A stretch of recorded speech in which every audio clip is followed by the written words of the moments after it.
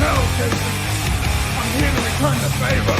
I'm feeling strange, trapped in the grave. All alone, I'm riding my own skin. So see if I say, a choking restraint. A perfect plane laid down my own name. Girls rising.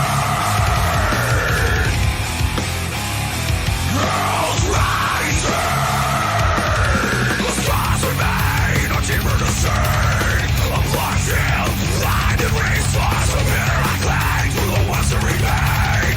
Exile without reason. The drag, the cash, the feelings we feel this. Like someone is clear to bow.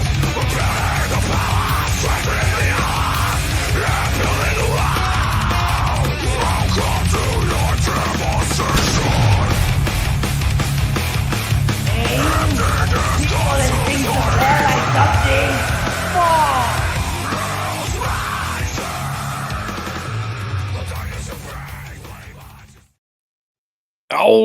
All right, everybody. Welcome to the Spawn Review, episode 30.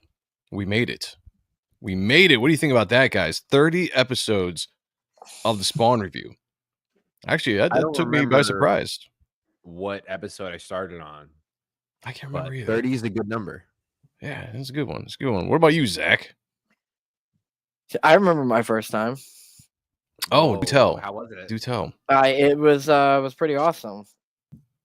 There you go. Okay. It All really right. is pretty Great. good. Anything for the first time? I Great think we detail. were actually no, we were close to talking around Spawn issue 300. We were around that time frame in the comics that what we were discussing, and I remember because I was explaining the dead zones. We were getting into that whole debate, like how they're supposed to work and why it's some things are the way they are. So that's as far as I can remember. For this show or just reading Spawn? For the show. No, for the show. Like being on the show for the first time. I remember that was a discussion we were talking about at the time. No, okay, I got you. Yeah. Well, here it is, Spawn Review, episode 30. We're going to be looking at the 1994-95 crossover Spawn or Batman, Spawn versus Batman, Spawn Batman, whatever you want to call it. We have with us Paul from Project Naosis. What's going on, brother? It's going really well. We finally got our Project Naosis episode 5s in. We already started fulfilling our Kickstarter campaign this week. Hell I was yes. up all day doing it, and I got like another 40 packages left, and we're all set. No, that's awesome, man. That is awesome to see. We joined, as always, by Zach, who's going to be drawing some badass art. What are you working on down there, man? I'm working on something that is pertaining to what we are going to be talking about today. I do have. I'll tell you right now. I know I'm quote unquote fast from what people say, Pretty but fast. there's some characters that I take on that I'm like, damn, they really take a lot of time out of me, and Spawn is one of those characters. His cape, his chains. I would say it's because of the chain. You gotta be honest about it. The chain tells it all. The Gooch may or may not be here. We will find out. I know he's dealing with something, so he might jump in when he gets a chance. So yeah, there's that. Well, we're just gonna jump in. We only got whatever. The show used to be an hour. It might go an hour and a half. We'll find out. But let's say hi to the chat real quick as people are pouring in here. Over on the YouTube side, Cunt O'Hare was the first person I saw in the chat when I posted this. So you get You're number one. You are number one, sir. Thank you for being here. I appreciate you. Number 2 in the chat, we have Pizza 33. Nice. I don't know if I have seen that before.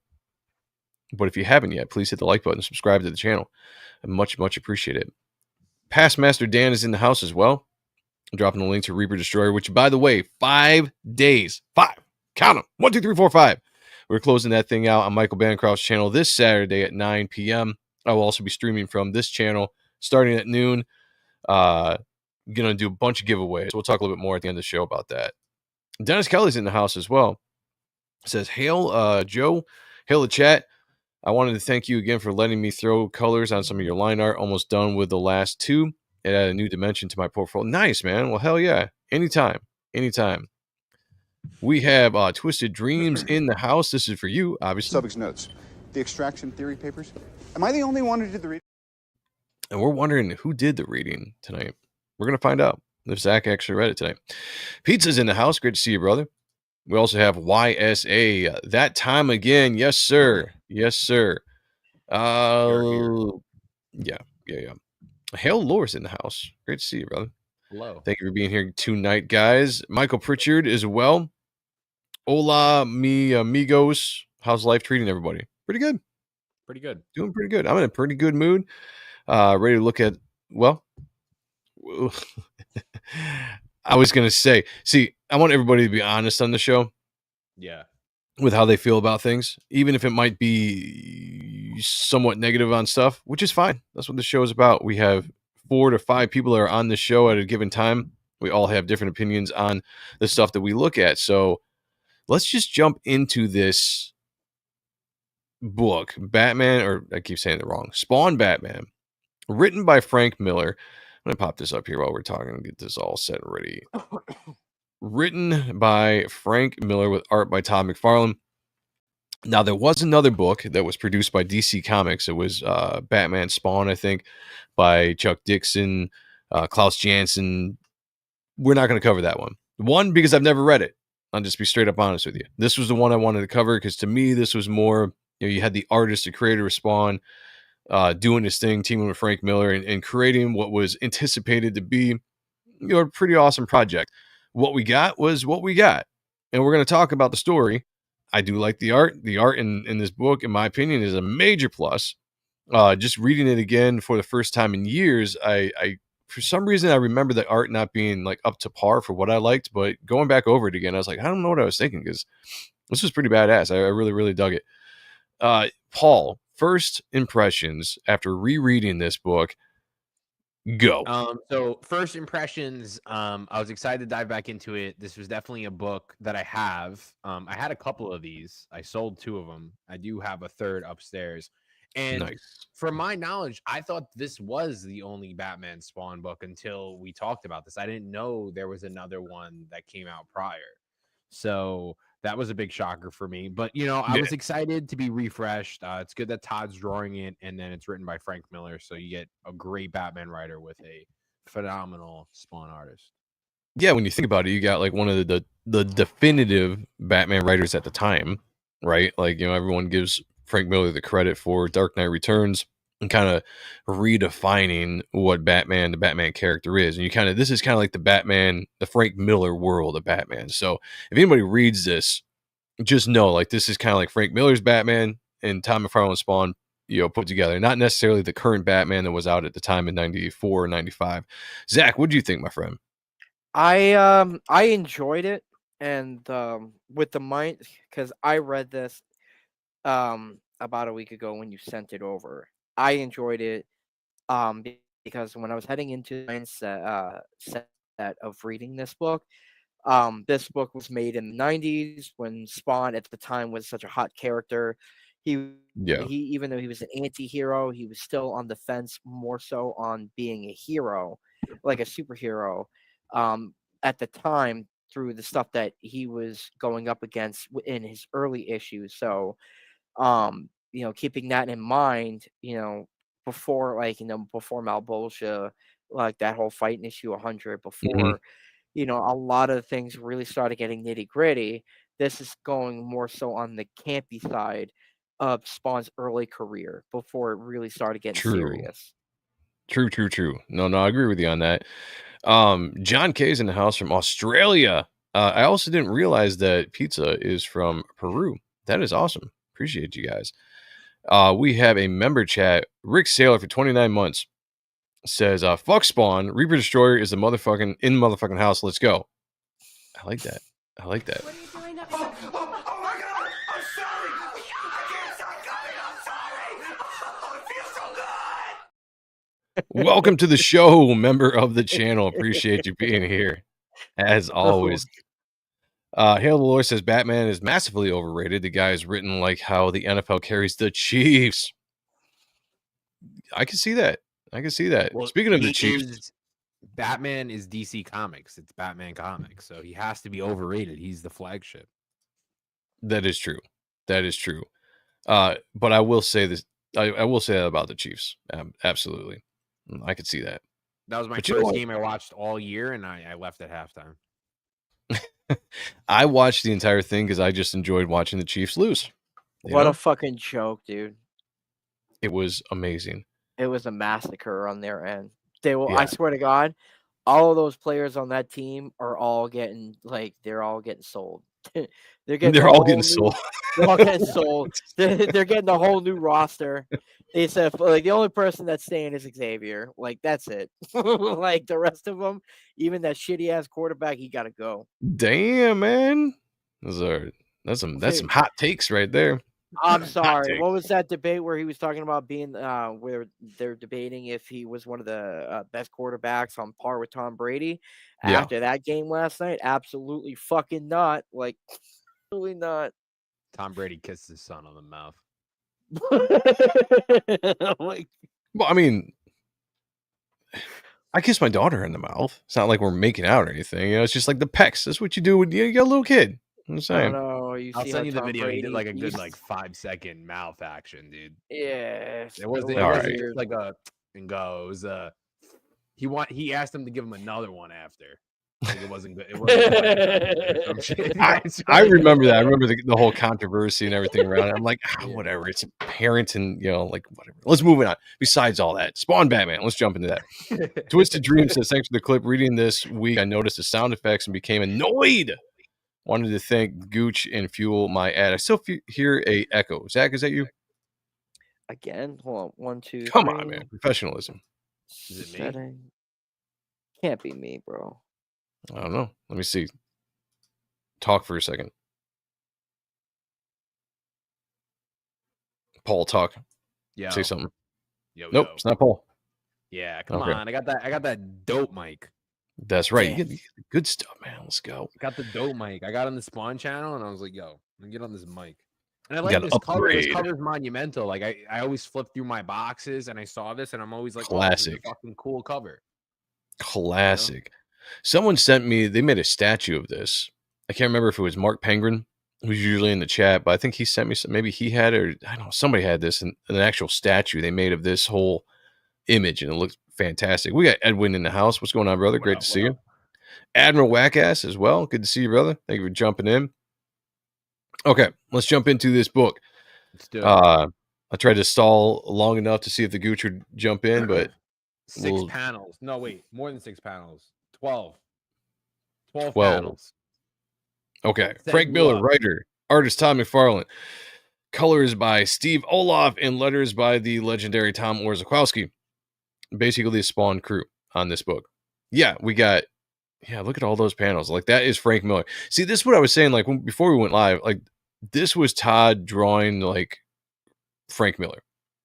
Not like his style, but like doing the stuff Frank Miller. Unless in the script, Frank Miller said 12 panel page. And maybe he did. Who knows? Yeah, it's the setup. Page 1, you know, they're telling you you're in Gotham, and then we move on to the money page, but you know, we see that we're following Batman. And then bam. Yeah, and I didn't mind it so far. I mean, like It's a great splash page. it's too. very I really like that. it's very wordy, but but then again, so is Frank Miller and so is Tom McFarlane, you know. So like when I was reading this, I was like, oh, okay. And I remember as a kid why I would tune out from reading a lot of these books. Is like so many descriptions and words and stuff. Dude, But I get it. I'm gonna stop you right there. All right. not- What do you got? Let's not What sit there do and you got? pretend that. Let's not sit there and pretend that old style comic books would take about a fucking half hour to read because all of them were wordy at the time. Yeah, there. No. I agree with you. That's probably why I didn't read a lot when I was a teenager. Exactly. So back Because there up. was so Chris Claremont on the X-Men. I could not get through the X-Men comics if I was reading it. I was just like, oh, I'm bogged down. Let's get to the next panel, you know? Yeah, so basically we get this badass shot, and this is a really cool splash. I love this. And they let you know who he is. You know, Yeah, they're making sure you know it's Batman. We have Bordeaux in the house. What's going on, brother? Good to see you. I always personally loved the blackout face with just the eyebrows highlighted and his teeth and eyes. I always liked that, seeing it from Batman.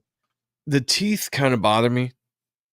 I'm Do going to be they? honest with you. The teeth bother me. The blacked out face and the eyes, I always kind of liked because it gave an aura Same thing they do with Spawn, but just gave an aura to the character and made him more intimidating, right? When you didn't see like the human face, you just saw the silhouette head with the eyes staring at you.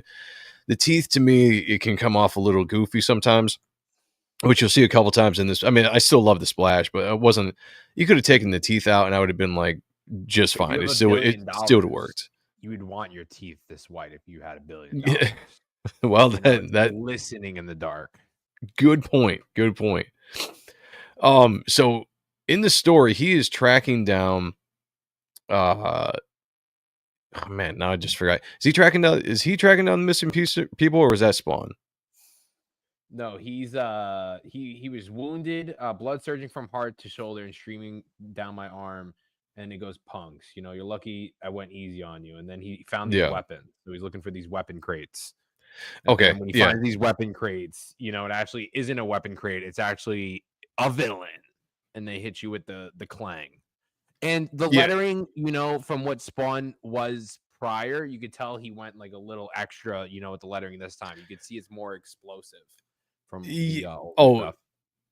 Oh yeah. So the older stuff, that's why I wish the Gooch was here, because I would like to know what he thinks about the old school lettering that Tom does, because the sound effects look so much better. Like regardless if people like the sound effects or not, like they flow with the action. They look the actual lettering themselves, the text used looks a lot better. Yeah, so Batman, he finds this kind of tech, and he gets right off the bat attacked by this robot android looking thing, and he has a pretty fun fight. When I saw the hand, I thought it was overkill at first. I haven't read this in so long. I thought it was overkill, and then I was like, "Wait, it's not overkill." Very similar tech, and I love that last panel of Batman with the blood. Like that one's cool. They usually don't do that in Batman comics, at least during this time. So now to have him show the blood and stuff, it's pretty cool. Yeah, one thing I liked about Frank Miller's writing is he really gets into the head of Batman, as far as like Batman's always thinking, right?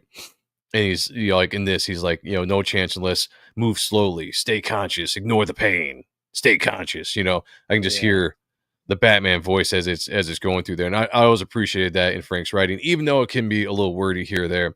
We do have member of the channel, Sheldon Martin, in the house. Oh my God! I'm sorry! I can't stop coming! I'm sorry! Oh, it feels so good! Thank you for coming to the show. He says, I used to think that the spikes on Batman's shoulders were dumb when I was a kid. Now I think they look cool. Yeah, that was always an interesting thing, a depiction, depending different artists drew the little bit of a spikes on the shoulders. I was always kind of iffy about that. Sometimes I liked it, sometimes I didn't. I think Kelly Jones really does it the best with his ears and the spikes on his shoulders the most. Oh, Kelly Jones's ears is insane. Yeah. Like that's like, a full 12-inch ear off the head. I always wondered why. See, I think that's the first question I want to ask him, if he hasn't been asked 1,000 times before. Why Batman's ears are so long? Yeah. I think it's just an aesthetic, just the way it looks. Sometimes it's just cool. Like Todd in this book draws Batman's cape kind of like Spawn's, just gives him a ridiculous long cape. And sometimes you just have to suspend the whole belief, when you're reading this. And it's just like, hey, this looks cool. Like the rule of cool. Let's go. So Batman gets an upper hand here when he gets a little bit of this tech from the robot, or from the crates he was looking at. It's these gloves. We'll put a pin on that later, because that will come back into the story here. But allows him to kind of go, just the glove, I think is kind of funny. Like the rest of his body is still very much the way it was, but the glove, putting it on, allows him to be a little bit more equal to this thing, go toe to toe. Now he's got this one powered up glove. Because it looks cool. Like a little I thought it was a little lackluster. I would have loved to see, a bigger villain, of course, in this, especially that we've only had 3 Batman Spawn books, and the biggest one is the newest one, which is the Court of Owls. The Court of Owls is the biggest character they put against Batman and Spawn. But he gets the job done. It's it's cool. Timescales is in the house. What's going on, brother? Yeah, it's one of the things with this story, and it's probably what's lacking in it, is they had no real villain of either universe. And I kind of wonder, and we were talking about this before we went live, I was wondering if maybe the deal when they did this crossover is that DC was like, we'll do this crossover, but we don't want to give you any license with any of the Batman's rogue galleries, So that's the only thing I could think of why they didn't put any of the rogues galleries like the Joker or Violator, which I know they were supposed to do that sequel like in 96 or 90 something. I can't remember, where they were going to have the Joker and the Violator in the sequel to this book, but that got scrapped and that never happened. But what we get left with is a no-name villain, a story that is, in my opinion, it's okay. It's basically, how can we get these two characters together, have them throw down, and we'll get out. That's basically what it is, Yeah, I that's a mean, great first panel too. I like the detail in the glass and the eye. That's And then badass. I did think, the next part was out of character when we get to the next page. I think that actually may very well be the fact, because I mean, Marvel was extremely pissed off that their biggest talents just left the grid and they started their own company.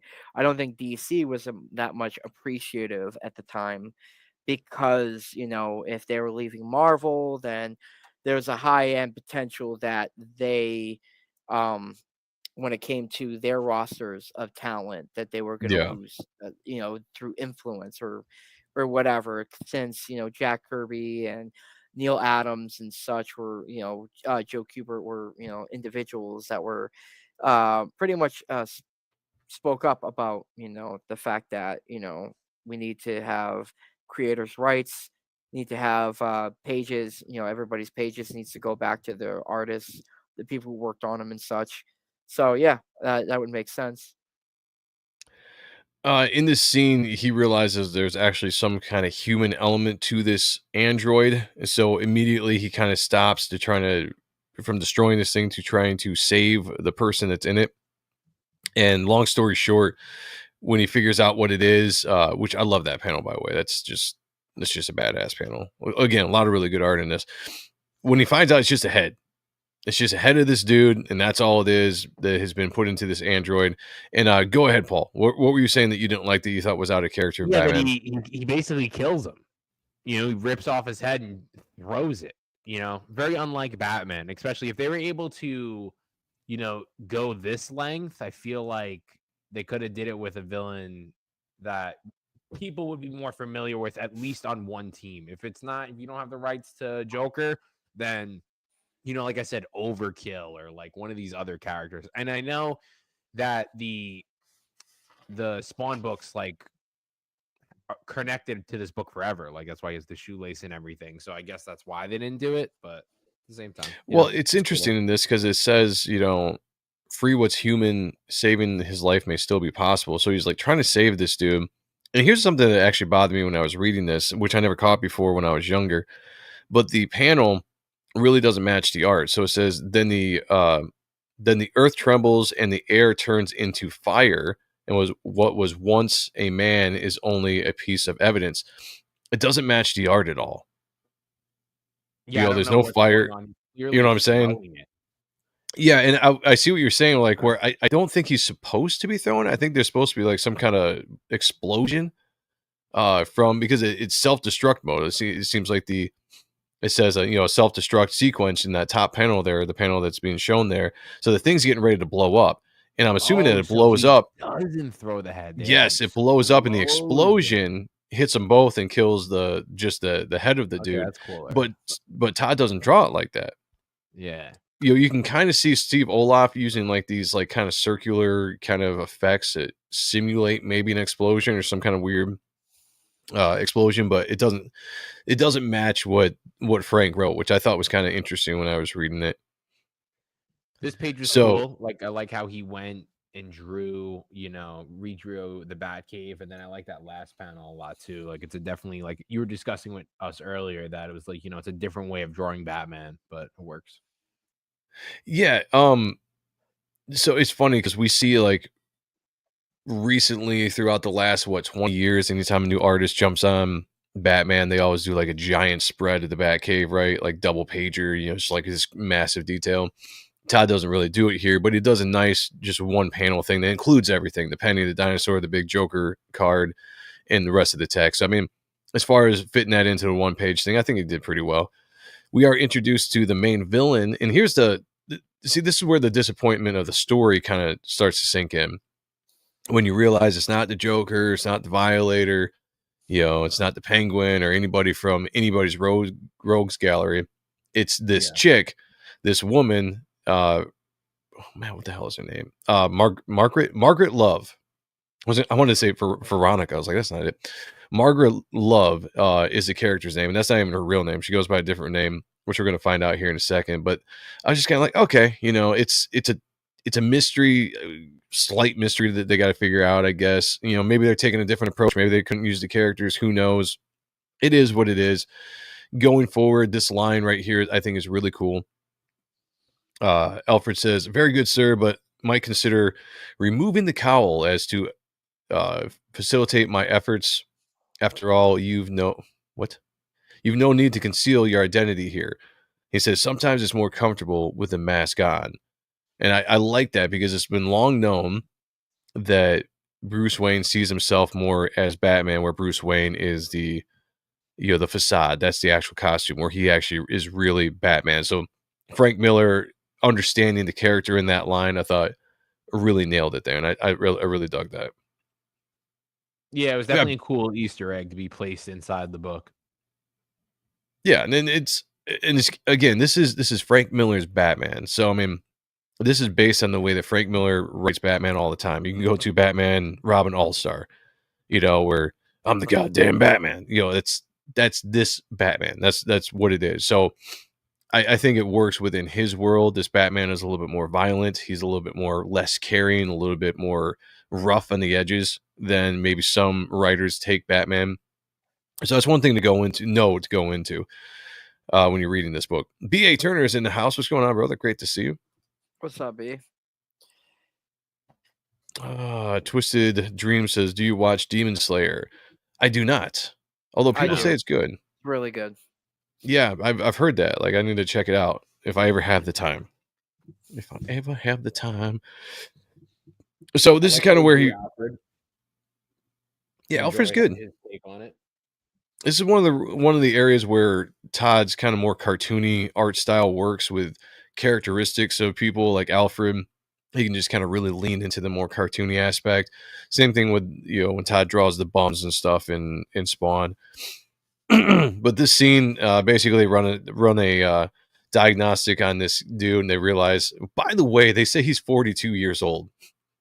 They run a diagnostic on this dude, and they discover he's from New York City, which is what sends him to New York City. But they say this character is 42 years old. I'm like, I'm going to be 43 in 5 days. This character that he's looking at looks like he's friggin' 60. I know he's fat, but he looks like come on, Todd. In the 90s, that's what help 40 us out used here. to look like. That's what it used to look like back then. I guess that was depressing. I read that and I was like, wait, what? No, come on. That is. Then we get treated to this beautiful splash page here, and this is just sick and wicked. Again, you don't usually see Batman with this mile-long cape, but it just works. It flows good, and just damn, like there was no holding back. Like that is an awesome page, one of my favorites. Yeah, it was super cool. And the writing is more, simple on this page. It lets you get what the character's going. And then, I like how they tied in to the next couple frames. It's kind of interesting that when I was a kid, I never realized that he went to New York City, which I guess makes sense because of Spawn. But again, this is when I didn't read, it's just like whatever. So it's interesting in this world because I don't know in DC's, and correct me if I'm wrong, chat guys on this panel, in the DC world, there is no real New York City, is there? I thought it was Gotham. Right, that's what I thought too. Gotham or Metropolis. I didn't think there was an actual New York City established. So the fact that now we're in this world, it's just kind of automatic. Like, oh yeah, it's New York City. Batman's going there. He shows up. He's on the news. There's rumors of people being saved by a Cape Crusader, and you get the Spawn newscaster here. Can't remember what her name is. Talking about like, could it be a Cape Crusader is visiting the town and all this kind of stuff. And then Batman goes on a stealth mission of just trying to gather information. It basically goes around listening to a bunch of the bums tell stories about what's going on. So he's trying to figure out, what it is that's happening here in New York City. We do have Cosmic Studios is in the house, member of the channel. Oh my god, I'm sorry. I'm sorry. Oh, it feels so good. Thank you. I appreciate you as always. Twisted Dream says my 13-year-old daughter is watching with me and asked the question, and you all made her night. Thank you. Oh, absolutely. Well, thank you for asking the question. We really appreciate you. Yeah. Led a rough 42 years. Yes. Yeah. Dale A is in the house, says, no, this is a separate New York City, at least in the 90s. Okay.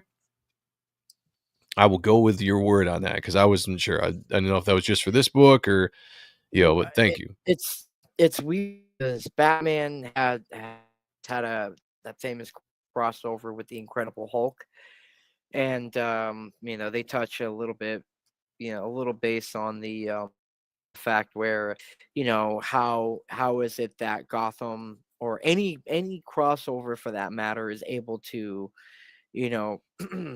be neck and neck. So pretty much like I'm assuming that Gotham City still exists and that it's pretty much like in a different state, and that this is where Al Simmons lives, this New York City. Okay. Because No, they do that in the books. Like it makes sense. Yeah, no, I get that. John Stone says back then, if DC mentioned New York, Marvel would sue them. Sheldon Martin says probably don't want her watching the intros. Probably not. If I know that your daughter's watching, we'll stop doing that for right now. So he catches wind of basically. It's funny because he's listening to these guys talk. Basically, he's kind of semi-judging them. He's like, most of their stories are sob stories and all this kind of stuff. But then he catches wind of this mythical creature, this mythical bum called Al, who, what does he say here? He says, Al, a hole right through him, still standing like he didn't even notice. The next thing, the other guy was toast or something like that. And Batman just brushes it off. It was like, yeah, nonsense, And now we finally get Spawn, which up to this point, you almost forget that we are in a Spawn Batman book because it was solid Batman up to this point, And now we get the first appearance of Spawn, a good splash page here, very strong, just like we got with Batman. You got the Spawn logo. Yeah, I love it. It's just kind of flying through the city in the background. There's Jay's chains or Zack's chains. He's very excited to be drawing right now. Very well done, though. Good for yourself, bro. And then we get into some mischief. So we get to a scene here where two guys just out of the blue decide to go into Rat City. And apparently their favorite pastime is setting bums on fire because that's exactly what they try to do here, except for this time when they go to do it, the fire actually goes around the bum and chases them. And lo and behold, they run right into Spawn, and it was him controlling the fire all along. And these guys are in for, we all know Spawn. Spawn doesn't mess around, right? He doesn't have any problems with killing people. And he most certainly does that with these two. I mean, basically, he's like, when you meet Satan, say hello. So he's like, not messing around at all. Taking these guys out. Starts burning them. They show that, they shot him. They do blam, blam, blam. He has 3 holes in him. Yeah. Showing that they know they're screwed, and then just setting them on fire. And then that's what Batman walks into is great. I don't get the arrows that I've been seeing throughout the thing. Like they have the arrow dialogue.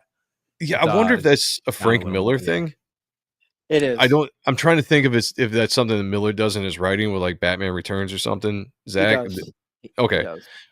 And that's what I was kind of saying. Like, this is a connection, right? So like this is the Batman, the Dark Knight Returns is what I meant to say. This is that same character, right? So we are very much within that world and Spawn's world. So everything is kind of leading to that, even with the lettering and stuff.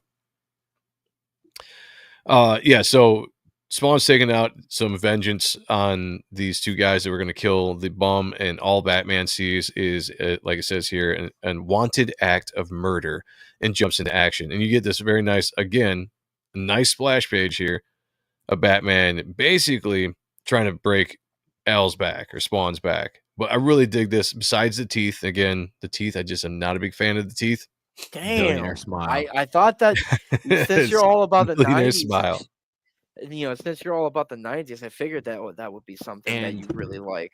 Batman is so overpowered, like you guys said. He punches. Oh no, he flying knees Spawn's mask Knees. off in one panel. Yeah. So I mean, it says here, how's Frank Miller describe this? What panels? Oh yeah. Letting a good momentum from a 30-foot drop and driving your knee into his murderous kidney shouldn't cause too much damage. 6 months in the hospital and he'll be ready to face the judge.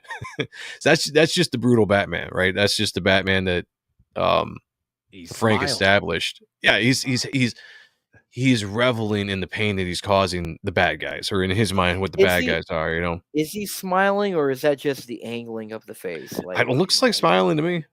I don't know. It could be like him just gritting his teeth, like a little bit Arr. clenching his teeth while I don't- going on a He's drop. excited. Yeah, Regardless yeah. I of was that. just gonna say it to me. It comes off as like, yeah, he's enjoying what he's doing, but that's Frank Miller. Mm. You know, like that's the Batman of Frank Miller's. Like he enjoyed inflicting pain on the bad guys and stuff. Earmuffs for your daughter. I get it. No, I appreciate it, man. Thank you. It'd be nicer if that comic had more cross hatching like the Creech. Yeah, but you know, Todd was never like huge into cross. He did it, but not like some of the others did. I think he probably did more when he was actually inking. From a 30-foot drop, Batman's knee would shatter. That's a good point. Would Would it though? Good point. Well, into Would it? Spawn. Well, that's what I'm Batman. saying though. Like I mean, we're talking about a man who's like trained every inch of his body all the time. Would it actually shatter regardless? Oh, any. I mean, he person gets- 30 foot, even if it's like a legit UFC fighter, his leg explodes. I was gonna say, and okay. he gets pretty beat up in this book. Like they mention it quite a bit, at least within the dialogue, that he gets pretty messed up. And this is a fun rumble, you know, like in the whole time they scrap here, Batman is doing his best to inflict pain, and the entire time they keep saying that the Owl is really holding back. And Spawn, or Batman, as he's fighting Spawn, is realizing he's kind of overmatched here. Like every time he punches him, it's like punching a brick wall. The damage he thinks he's inflicting on Spawn just kind of shrugs it off, to the point where Batman steps it up a little bit here. He's like near lethal. He gets these 3 batarangs out, and he tosses in at Spawn for a near lethal, or just short of lethal shots if it had actually landed. But of course, Spawn deflects everything with his chain, catches the batarang, and that's basically it. And the entire time, if you're reading this book, take a drink every time Batman says punk. That's your drinking game. Every time Batman says punk in this game, take a shot. And let me know. Let me know how you survive at the end of reading this book next week. Tell me how you do. That's your homework, chat. Somebody's gonna do it out there. Whoever does it, we'll do something for. I don't know what. It might be something small, but tell me you did it. I want to know. Yeah. So basically, Spawn hits him with some nerve, or Batman hits him with some nerve gas so he can get the hell on out of there. Actually, I'm sorry. I'm ahead of myself here. Hits him with nerve gas. It kind of slows him down, gets a couple more punches in. But again, this is just to no avail. I mean, the nerve gas kind of affects Spawn in a little bit of a way. It gets him coughing a little It affects bit. his mask. It takes off his mask again. It takes off. Yeah. So that was the thing that, that Paul pointed out that kind of bothered him. So it starts the scene off without a mask. The kick is so great, it knocks the mask on in this scene. And then when he hits the floor, it comes back on, and then he bounces. Yeah. back up. And Yeah, now it's- the mask it is comes a off little- again. It is a little weird, only because, if I remember correctly, it's not a suit. It's just a second skin. Therefore, if he's going to kick him, he'd just be kicking him in his face at that point. Wonk. Because, Cool. yeah. Thud. Pump. Yeah. We got Paulus Arts in the house. Take a shot, punk. Yeah, see, that's what we need to do. Drinking game. Take a shot, punk. Yes, it would break. No, it absolutely wouldn't. And now walk me through what's happening on the bottom. Why is Spawn talking to himself? He always does that. Let's be real. No. There's 2 Spawns at the last panel. Go scroll down. He's talking to himself. Wanda. You know what I mean? That's him on the left, and that's him on the right. Oh, you got Batman in the disappearing into the cloud or into the. So this is a panel. So this right here is a panel. Right there. Got it. Yeah, yeah. It's hard to see because the word bubbles have kind of. Looks like it's part of the wall. Yeah, it took me a second. I was like, okay, I see what you're saying. It looks like he's. Yeah. That makes more sense. Yeah. So yeah, you get these the word bubble pan or the word action sound effects is pretty funny. We got a smack, a kook, a wook, a thud, a swak, a pock, a wop. Oh, jeez. You making fun of me over there? Maybe a little bit. What is there? Canceled over here. Yeah, some interesting sound effects though. If you go through there, yeah. Yeah, you know exactly every movement that they're doing. Yeah. Nerve gas takes it out. Yeah, the sound effects. Next time on the same bat channel, on the same bat time. That's right. That is right. So we get a little bit of worse for the wear Batman, who takes a split second after about 5 blocks. Is it 5 or 10? 10 blocks, I think. His knee gives out. He collapses. He's got to kind of take care of himself, set some bones right, set his spine right, because the battle with Spawn really took a toll on his human body, and he's trying to figure out how it's going to be. The next time he goes up against Al Simmons, because he even says, he's like, I'll be back or something. Yeah, I'll be right back. You little punk, take a shot. Yeah. Count your blessings. I'll let you off so easy. I like it. Cocky Batman. I like it. Yeah, he loves smiling and killing people. Yeah, Frank Miller's Batman, he's a violent dude. You need a whoosh. We do need a whoosh in there. Some person. Thank you, we do. I've never been in a tunched. I'm saying, right? You haven't lived. You haven't lived. And I never want to be in a tunched by Batman. Yeah, I get you. John, I get you. By the way, the Core 20 is in the house. Shout out to the Core 20. Thanks for being here, guys. And then now Spawn's on a new mission, and then we get a camp. Like they're hyping up. They're like, "Yo, who's this badass villain that's about to come in?" And then bam, it's the same fucking villain that lost earlier, dude. Okay, I get what you're saying. Before we went live, we were talking a little bit about the story and everything, and I do get it. It's kind of a redundant, repetitive villain, right? The villain in this movie or in this book is the Margaret Love, but essentially it's this robot over and over again. And I almost wonder if it's Terminator or RoboCop come out. Was it during this comic around the same time? RoboCop was like 90, I think. Yeah, so it's like about 4 years before. There's a lot of RoboCop tech in here. Oh, dude, RoboCop 2 came out in 92, so this would have been 2-3 years later. But this does, now you mention it, Frank Miller wrote RoboCop 2. And the villain in RoboCop 2 looked a shit ton like this. Yes. I didn't catch that. Great Easter egg. Because, man. A lot of times, like, for example, like when aliens are big, Marvel, DC, and everybody, they're fighting aliens. And then when it's vampires, they just did vampires, and now everyone's doing vampires. So that's great. Culture, great catch. The culture. Yeah, no, that's a great. We got Blue Boy in the house. Says, "Damn, I'm late." It's all right. You're never late. You're always right on time. What up, Blue Some Boy? person says, "Here's another one no one's thought of before." Friggle fog. That's the sound of a coat rack hitting the toaster that falls on the oriental rug, igniting on fire. I have not heard of that before. Yes, you're right. You're 1,000% right. Did you just say Friggle frag? Like no, Friggle. Dude, Friggle fog. I know I say some dumb things, but what you just said was so dumb.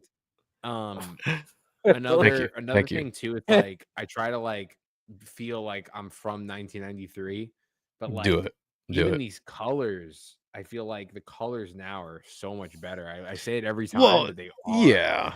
Don't be hating on the 90s colors. Yeah. It's dated, right? It's dated. Like Like- anything you go back into the 90s or 80s, whether it's movies, music, TV, whatever, you're gonna see the technology how it's improved. And yeah, colors have think, improved a like significant the amount next since this time. page But where Spawn's holding that big blaster, that could have yeah, been colored so differently, and I think it would bring it from a 6 to a 10. Because in my opinion, See, that's like a 6. and But and like, also, if it was like colored differently, I think the body and everything in the gun is like spot on. You know, like I think it's epic. You know, so it's just and that's in just all me. seriousness and joking aside, I really hate colors from the 90s. God, you guys suck. Colors were shit. Like No, like, they really weren't. were.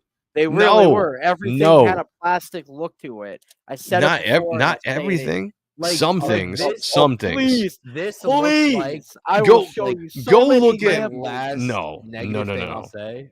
Okay, This say looks it, like say what it. flats are now. You know what I mean? Yeah. 90s were more flat. 100% they were. 100%. Sometimes it looks. Do not get me started, Zach. Do not get me started on that. Like it needs to be. We've rendered had 2 we've more had that times. battle before. Let's. Yeah, we did. We're not going to go there again. 2 more renders. Twisted Dream says he's with me on the colors. That's right. Thank you. Bias. He's biased. Kick these kids.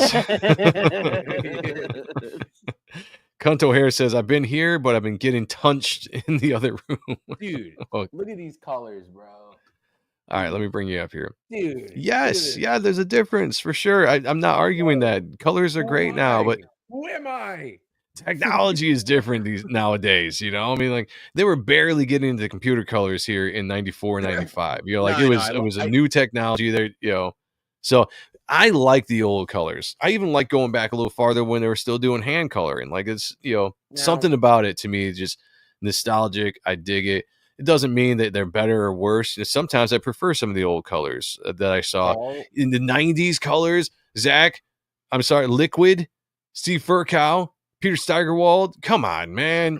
We're not gonna get into that. I'm gonna say my final. I will say some of the best coloring work I've ever seen, which is it was all around just great quality books, was everything from the 50s EC Comics, Weird Science, Weird Horror, all those books that were pretty much before or Mad Magazine.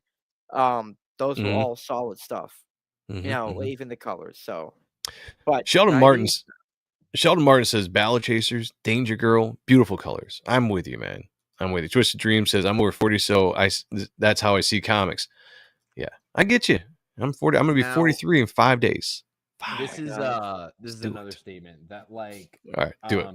This was probably young child Paul loved this book because I honestly think this was the first introduction I ever had to Spawn. So like I had his toys when I had his toys when I was younger, and this was in my childhood collection. Like the other Spawn books were not, so like this was my first appearance of Spawn. I clearly liked him a lot as a kid. So, childhood Paul is probably screaming on the top of his lungs right now, like, how dare you? How dare you? But we're here. Spawn needs to bring back the oversized, chromed out big guns. They always felt alien and unique. That was one thing about the 90s. And again, a lot of it, we're not going to get into because I'll go down a rabbit hole here. But a lot of the 90s art, a lot of the 90s tech was based on like a lot of manga stuff that was brought in influence-wise. And you got a lot of that in the 90s that they kind of pulled away from as they went farther. But if you go back into the 90s, they almost look more high-tech and more sci-fi in the 90s than they do current times in comics. And I love that. I miss that about comics. All right, so back to the story. Spawn uses a little bit of his power back here to blast off this gun. He decides he needs to save some of his power, so he picks up the gun and somehow finds a way to shoot it, which we don't need to know. It's 90s. It works. Blows this thing to hell. Dude. He just makes an educated wish. It's just like, I'm going to pick it up and it'll work, so, and it does. So here we are. Another head falls out and it's Chuck. I don't know who Chuck is, but it's one of the bums. So he knows him.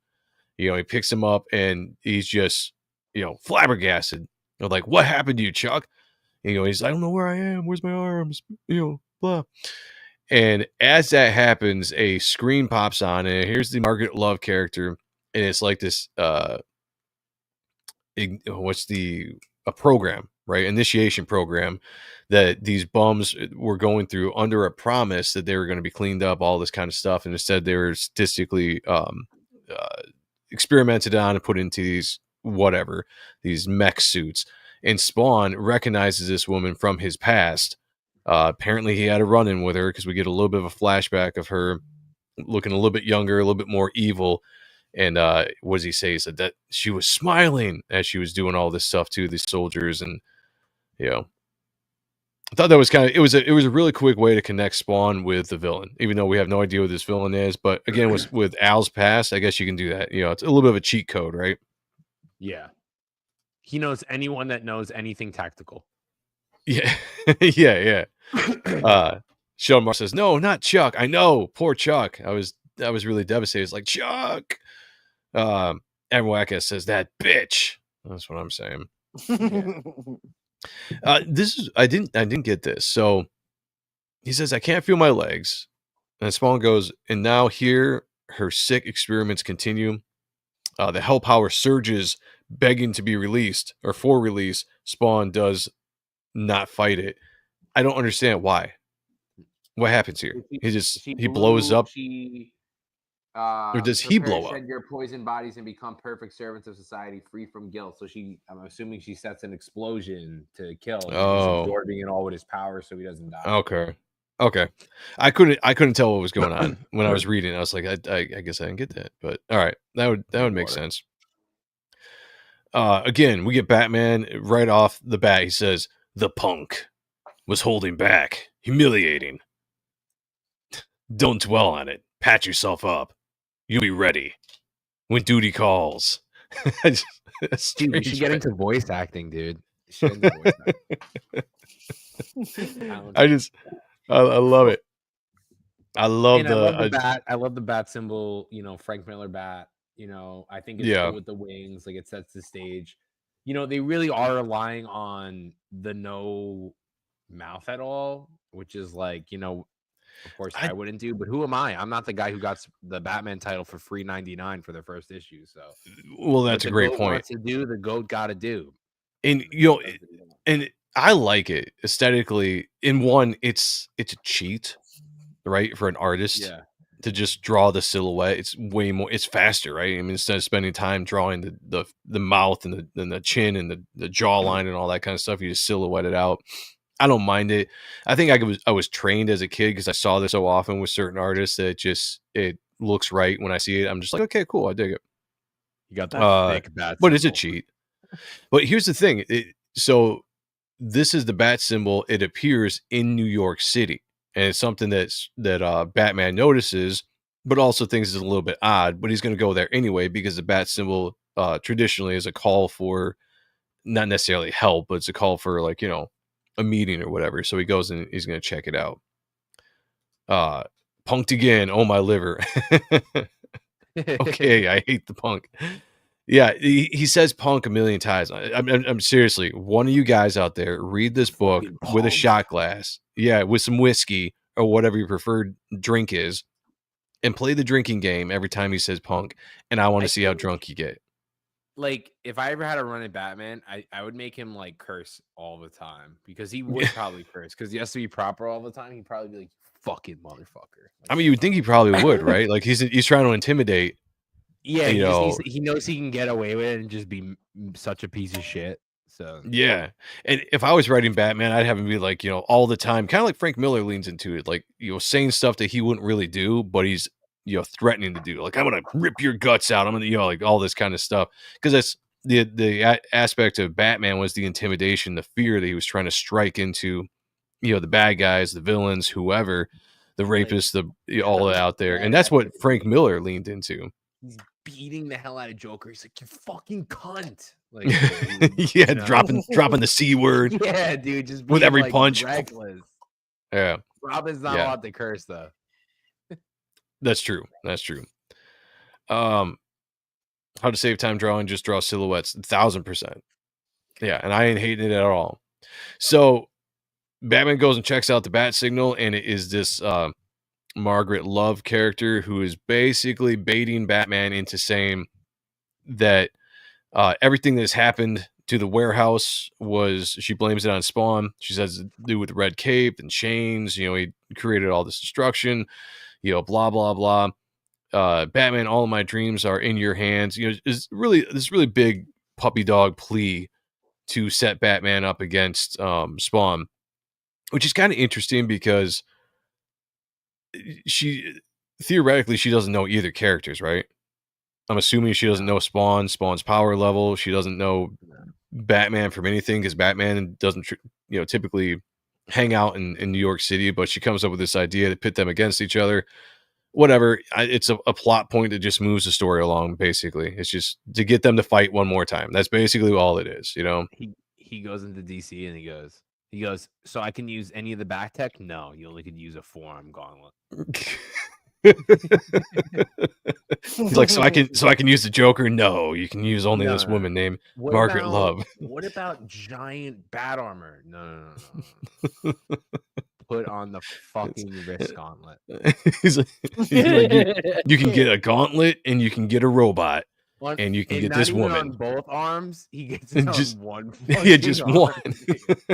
It makes his fucking power like through the max, dude. He's a 99 overall. Yeah, Batman is easily manipulated in this story. It seems like he is. Yeah. So he says, "The punk was holding back." Oh my god! Batman has to even the odds.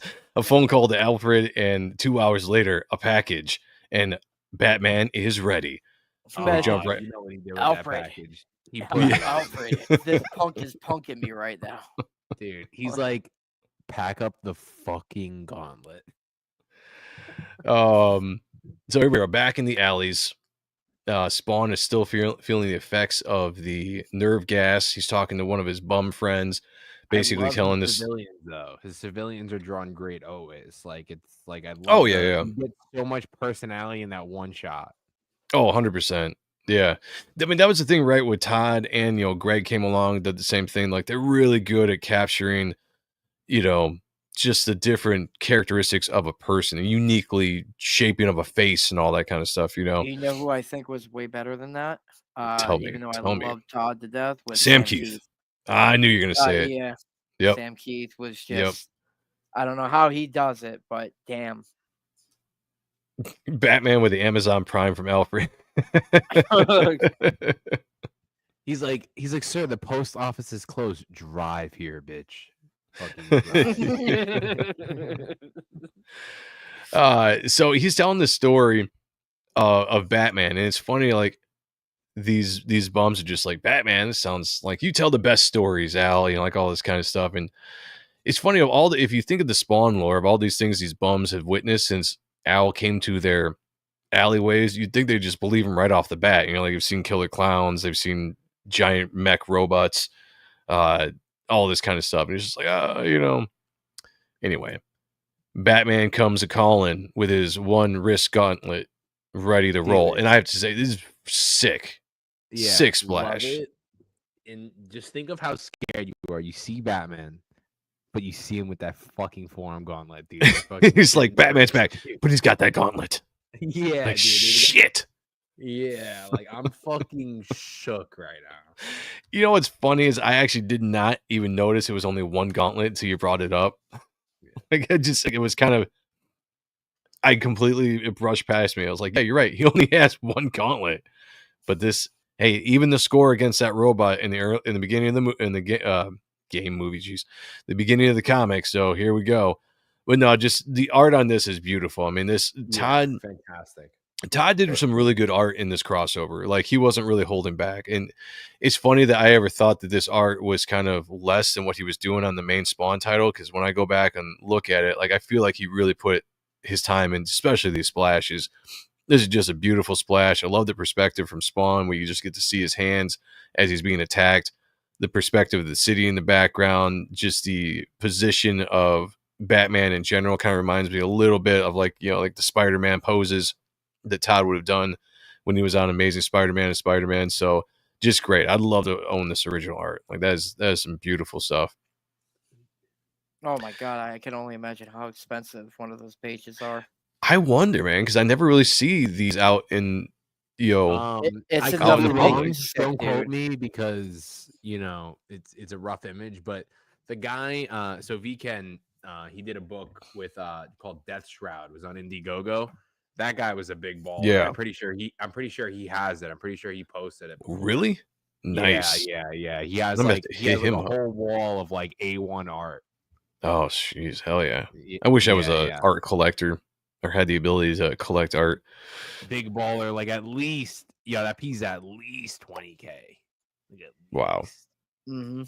There's pages, that's why you never know about comic conventions. You'll see True, guys true. with like their shoes have fucking holes in it and they're buying a 50-gram piece, 100-gram piece. Or like they got like one guy came up to one of my dealer booths that my buddy runs and he said he had like literally 400,000 in his luggage of comic books, like $400,000 worth. It's like you never know, man. It's crazy. Yeah. That sound effect. Now that's a sound effect. Yeah. See, again, old school sound effects. I dig it. Some people don't like them. This is more explosive. Like I feel like what we were complaining about the other times was like it's just like wonk. Like this is like a flowing one. You know what's going on. Like the thonk flies. Like exactly. It's showing motion. It's adding to the environment. His mask off, so it's every other hit. Oh, you see one hit, mask off, kick, mask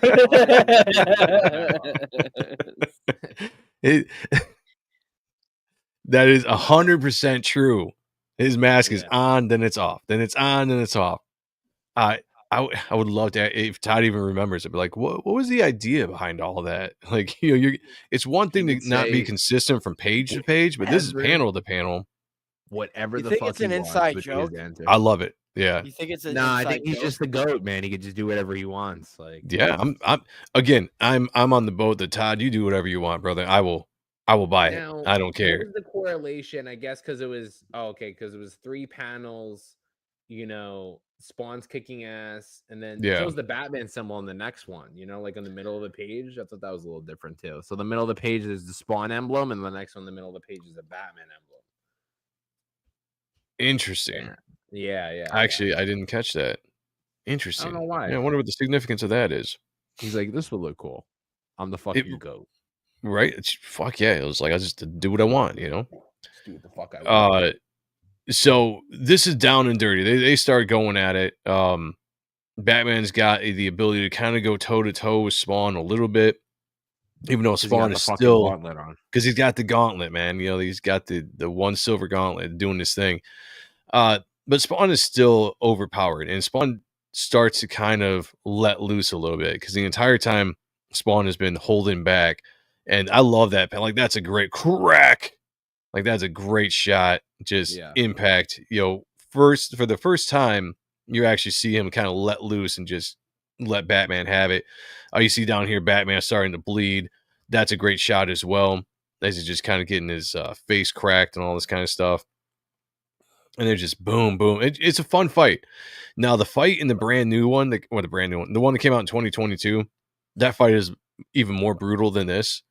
Even though I wasn't a fan of the newer story, and we can talk a little bit about that after we get done reviewing this book. But in all, like, this is a good fight. When you get two characters together, you want to see them fight, have a nocturne drag out fight for a little bit. They get 2 fights in this book, and this one I think is worthy. It's worthy of the title.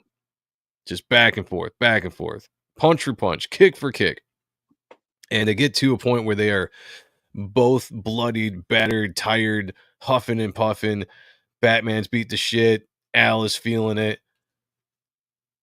And we get a bunch of punks in there. 2 panels. Yep. The bottom 2, that Batman close-up of the face, sick. One of the best I like this Batman too. shots of the whole thing.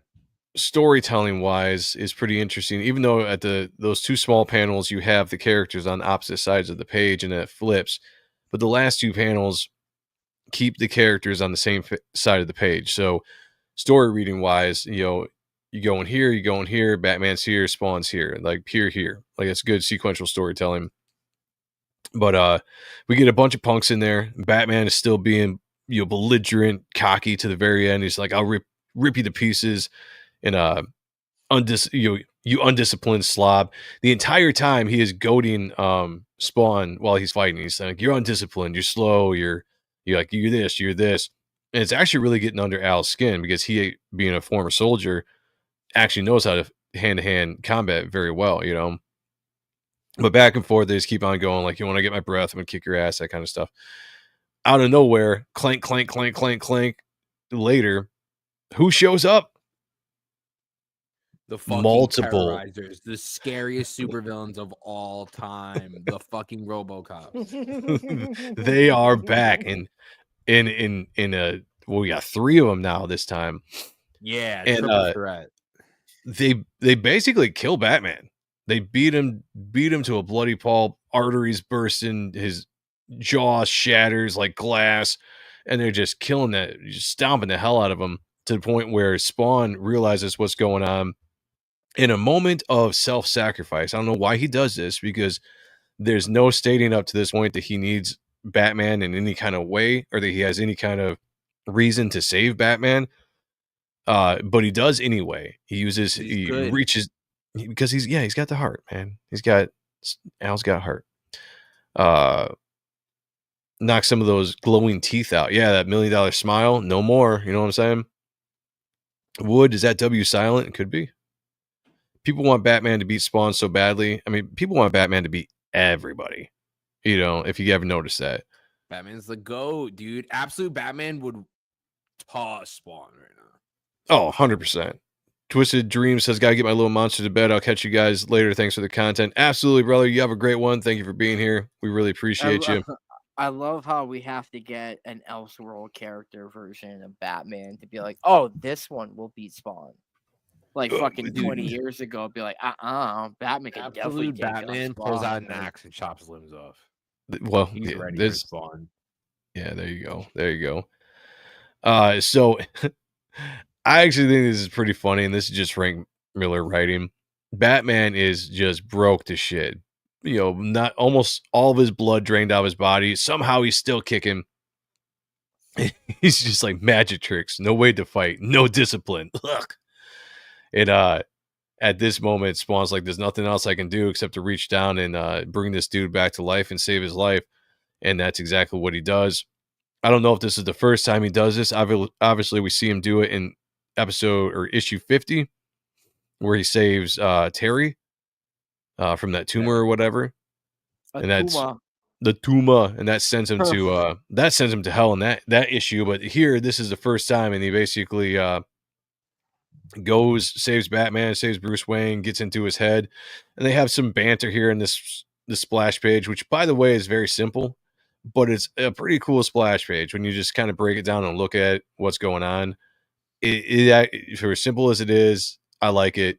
You know, you kind of move on through it, but it facilitates this whole kind of like banter between the two characters back and forth. Well, they're fusing, right? Yeah. So yeah, they're mind melding, right?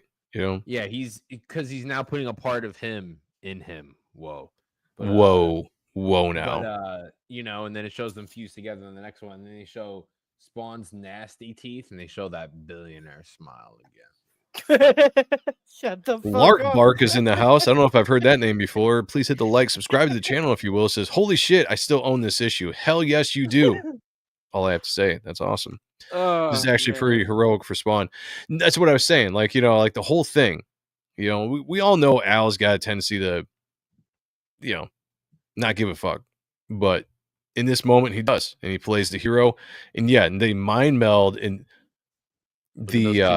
I was just going to say, his $1 million smile is back, you know, thanks to Spawn. And then Spawn's got like all the saliva and stuff as he's like, hamburger face. But he reveals here, he sees a little bit about Batman's past and all the stuff with the murder of his parents. He reveals to him what the Margaret Love character is, apparently of his background with her, what she did to soldiers with experiments and murder and all this kind of stuff. He's really fixated on the fact that she smiled the entire time doing it. And it's basically decided that I got to kill this bitch. You know, like Al's like, this, she's got to die. That's what's going to happen. Yeah. It's killer. He's just like, she's got to die. Do you get it now? And Batman's just like, yes.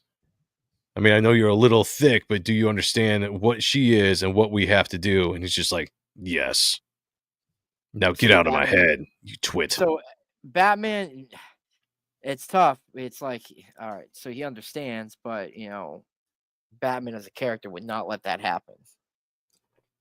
Yeah, I think at this point he just kind of he understands what's going on. He just went through this whole near death experience, got brought back to life. I think he understands what Al is talking about, even though he doesn't agree with what's going on. So basically, they agree to team up with some banter back and forth. The entire time they're insulting each other, right? Just every single time. Batman has nothing good to say about Spawn.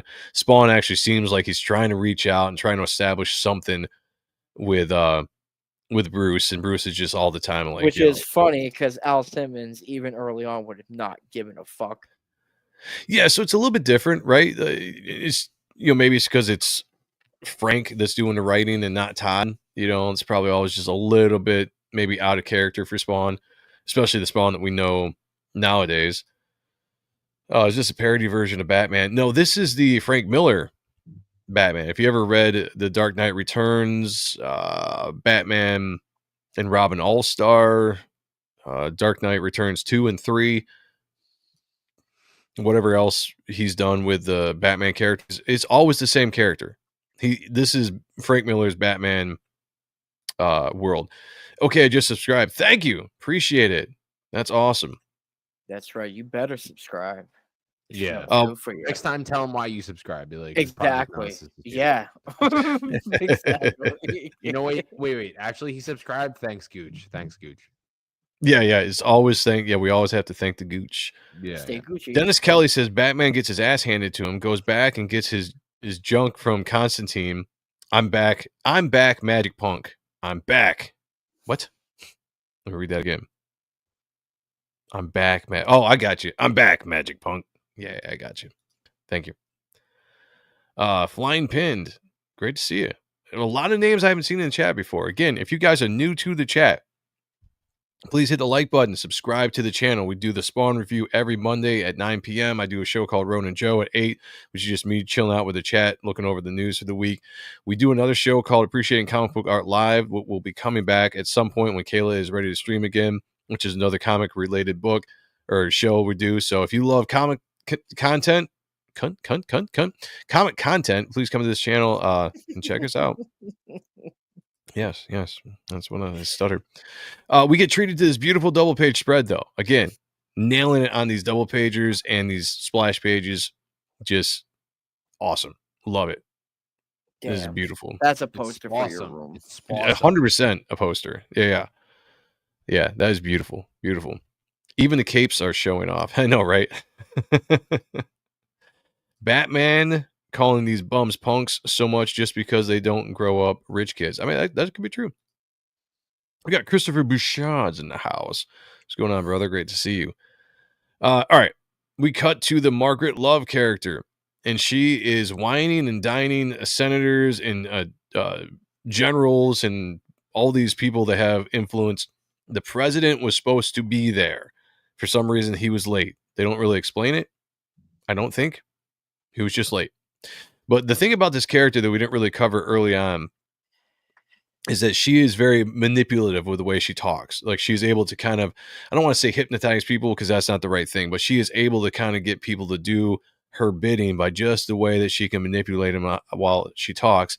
That, and she's kind of spiked the punch, so to speak, on this yacht that they're on. Sure it's that, or she doesn't have the new photos of like high-end officials or whatever. I mean, it could be both. Yeah, could be both. But specifically here, they say that she's using a punch that kind of gets them a little bit more susceptible, and then her whining and dining, her seductive voice takes over the rest. And she basically goes through this entire monologue of her hopes and dreams and all this kind of stuff. What it boils down to is she's got a ton of weapons, right, Paul, from a war that never happened, as Frank Miller keeps saying. And these are like, they got nukes, they got just everything you can think of, and she's basically selling them to the highest bidder. And it sounds like she kind of wants to wipe out and rebuild a world in basically her image, is what I kind of gathered from this entire monologue. Yeah, like, this is the reason why I guess they make it like justifiable that Batman's ready to kill is because he basically died already, and he would have just been dead if he didn't get revived. And Yeah. clearly, you know, he fights the Joker, he fights Bane, he never dies or gets killed. So for this person to actually kill him, it shows them that they're an actual monster. That would be like my self interpretation. But excluding that, you know, it's I like this. I like the team up. I like the build up. You know, I like where it's going. And then, you know, they do build up this character, even though we have no idea who the hell she is. Yeah. And Yeah. then, you know, and then we get some Havoc. And I like the Havoc. It's super action packed for sure. You know, I don't even think they could put more action if they wanted to. So No, it's very heavy. Yeah, very heavy action in this. I mean, the story for itself for what it is isn't bad. It's just the fact that we were talking about. You get a character, you get bad guys that don't really have any stakes, right? Lark Bark says many readers dislike this book, likely because Batman puts up a good fight, whereas Spawn would normally emerge victorious due to the obvious consequences. Yeah, no, I get that. Batman readers probably don't like this as much, I would say. So they just roll through these guards, although Spawn gives Batman a little bit of a hard time for not taking out the guards faster, as Batman's still trying to respect the whole life, not killing people, and Spawn's just like, fuck it, we'll mow through these people. And somehow they break through the hull of the ship. Now they show Batman doing it. But I gotta imagine it. Bro, he had the gauntlet on earlier today. Yeah, maybe that just he doesn't have it on anymore, and maybe that just residual power is left in him because he just punches through that wall like it's Batman, nothing. dude. He's fucking Batman. I do like the diss because Frank Miller does not like Superman. I do like the diss in this where Batman's like, I'm a whole lot smarter than you from all indications. You're dumber than Clark. He says, who's Clark? None of your business. Yeah. Son. Kind of a little nod there. Basically, no mouths. Yeah, basically just boom, going through the halls, just ripping through the halls. And they don't really show it very clearly through Todd's drawing, but they're on the ship and they're right in where everybody's at now. And they're kicking ass against the RoboCop 2 villain. I can't remember his name. Just taking them out one by one.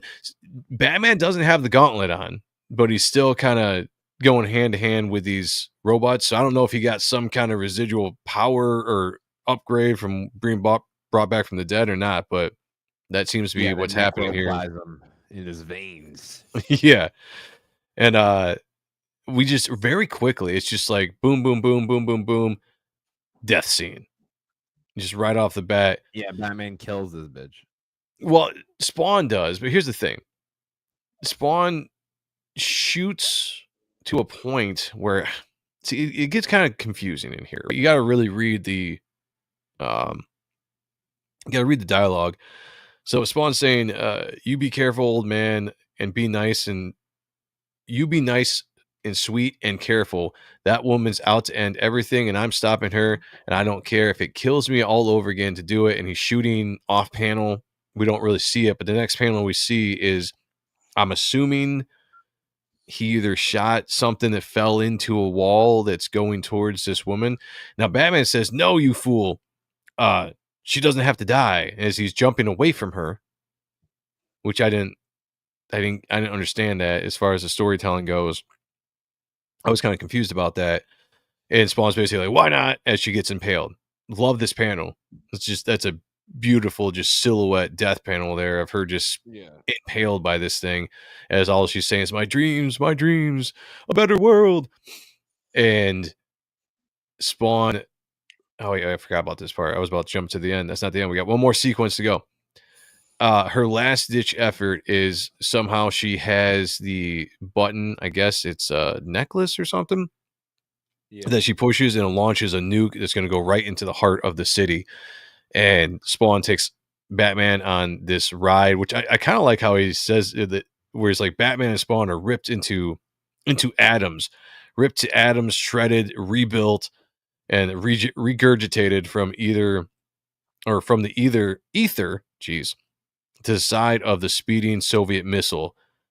Like, okay, I got it. Transportation, painful looking. But they get transferred onto this nuclear warhead, and they're going to pull up. What's that old movie with that dude that's riding the nuke? You guys know what I'm talking about? Zach, anybody? You guys too young? Anybody in the chat know? Armageddon, where they do with the meteor. Yeah, no, it's like this old it's on the tip of my tongue. It's this old movie, black and white, like this dude's like riding this nuke like he's rodeo. Dr. Strangelove, thank you, Admiral Wackus. I knew you guys would get it. I was gonna say Chitty Chitty Bang Bang, but okay. Yeah, but they're kind of pulling that right now, diffusing the warhead. Long story short, they diffuse it, banter back and forth, a little bit of a suspense, a little bit of drama, I'd say, nothing major, but it splashes down. Margaret's dead. They reappear in the alleyway, and here we get the glorious end of the book. Paul, wrap us up here. Yeah, so they're going back and forth in a sense of that Batman says, he'll take you down, but he doesn't have the power to do it. And, Spawn, what do you say we just bury the hatchet? Because Batman's pissed that he couldn't take him out. And he's like, bury this. And he bury this. And he fucking throws the batarang through his head. Another great splash page in the book. Great splash, end of the book. I remember as a kid, I never understood when I read this. But he's smiling though. It's fucking funny. Yeah, and when I read this as a kid, I didn't know Frank Miller's Batman. So this Batman was so out of character to the Batman that you saw in the regular book or that you saw in movies and all that kind of stuff. I never understood why he would throw the batarang into his face. As an adult, I think it's cool. It works. And what was cool about this is Todd took this into the regular Spawn series and used this as an excuse to do the shoelace face, which I think is the coolest face that Spawn has had. And the reason he did that was coming right out of this story. So this is kind of canon to the actual Spawn series, where it doesn't exist in the Batman universe, right? But this story actually exists in the Spawn universe. All right, I know. So this actually happens in between Spawn's issue 19, 20, or 21. Yes. That's when he gets his shoelace. Yep. So that's early Spawn stuff, man. Yeah, early, because they did this because he took the break because Greg Capullo came on and took out over the series between the 16, 17, 18, 19, whatever that was. This is when he took the break to write or to draw this book. And when he came back, they introduced the shoelace face because of the batarang splitting his face in two. So I thought that was cool. So really, to think about that, which is actually fucking hilarious, is that a crossover comic is actually canon to Spawn's regular lore.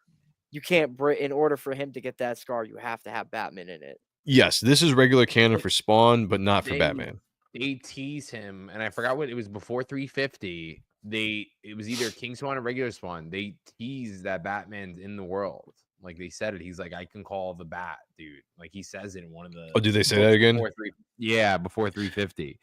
And I actually like that. I think that's cool. I thought they were gonna do it like sooner, but it was like after it was after the Batman Spawn, the new one, which I have every single cover, multiple copies. So. I've got a ton of them. I think I got most of them too.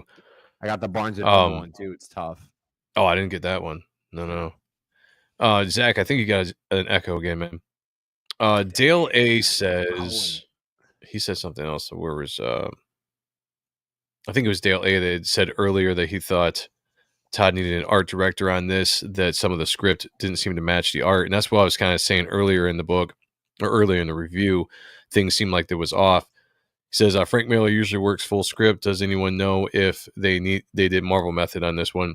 I'm assuming they probably did a version of Marvel Method, just from because Todd was drawing. So I would assume that they had probably a version of this book laid out as far as story goes, and it was drawn, and then Frank probably went back through and then scripted, the book after Todd had drawn it, which is the only reason I can think of that there is some things that don't seem to match up correct that Frank was going to tell anyway and put it in the book, like the panel at the beginning where there was the explosion and it says, fire and all this stuff, and there's no fire on the panel, so that's just what I'm assuming.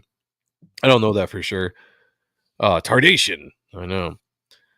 Yes, this last page of the comic, this one confused me. I don't get it. Yeah, it was basically like Paul said, Batman's pissed for two reasons. One, because he couldn't. There's no way he could really defeat Spawn. and also Spawn had to save his life. And 2, Spawn did something that Batman doesn't like, which is kill.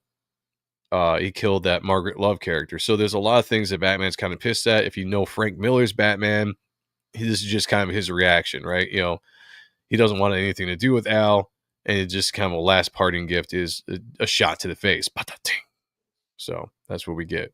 Which is Cool funny. splash page, though. He's like, go fuck yourself. Yeah, that's pretty much what it was. Now, like if it was written today, that's no- exactly what it would be. No shout at, Klaus, but how dare they not let Greg Capullo, the way he draws this, do the first issue, and then Todd finish it off with the second issue? I don't know. Maybe because he was doing the series, the monthly. I think because he was filling in for Todd on Spawn at the time. So, and if you look at those first issues that Greg does on Spawn, they're nothing to write home about. They're okay. They're nothing special. This is badass though. This pinup, and I think this was a Wizard cover, if I remember correctly. It might even been a pinup in a Wizard magazine as well. But that's badass by Greg Capullo coming over, and then it's a double page spread in a Wizard. You're right. Okay, yeah. I think it was a poster, right? Like a pull-out poster. Yeah, it was a gateway. What did you call it? Gatefold. Yeah. That. I remember that. I remember having that. Then you had the Frank Miller / McFarlane double take. You know what's cool about, or what's funny about this is a edited version of this, because the original version has 2 moons, because they both drew a moon in their piece, and the editor didn't catch it, and when they put it together, it had 2 moons. So this one only has the 1 moon, but I want to say that the original version had another moon that was like up here somewhere when Todd drew it.